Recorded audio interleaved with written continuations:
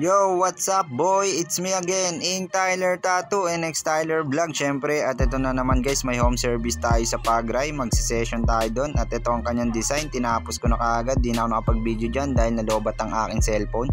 At pag uwi ko sa bahay ay meron tayong client na biglaan na nag-aantay sa akin. Ito yung kanyang design, Uchiha Itachi. At taga-ano nga pala ito guys, taga-Kabading pa, grabe. Dinayo pa ako nito guys para makapagpatato lang sa akin dito syempre. At yung location ko lang naman ay dito sa Francisville, Barangay Mambugan.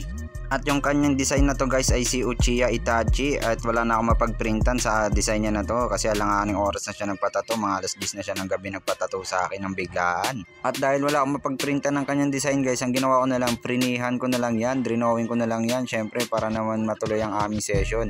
At syempre bago ang lahat, shoutout nga pala sa mga friends kong nanonood dyan habang nagtatato session ako. Syempre ay ng ating mga fans, shoutout sa inyo mga tol. At syempre bago ang lahat, sa mga hindi pa nakapollow, like at share at subscribe yan sa akin, please pa-follow ako sa akin YouTube channel at sa akin TikTok account at syempre sa akin Facebook page, X Tyler Vlogs. Isa lang ang pangalan ko sa lahat na yan. Kaya sa mga gusto magpatato guys, i-PM nyo lang ako sa akin main account. Isend nyo lang sa akin design nyo na mapag-usapan natin yan. Bibigyan ko kayo ng malaking discount. At syempre bago ang lahat, thank you kay Lord na binigyan niya tayo ng 2 client today. Kaya thank you sa Lord, more blessing, more client. Yun lang, shout out, peace out, X Tyler. Woo!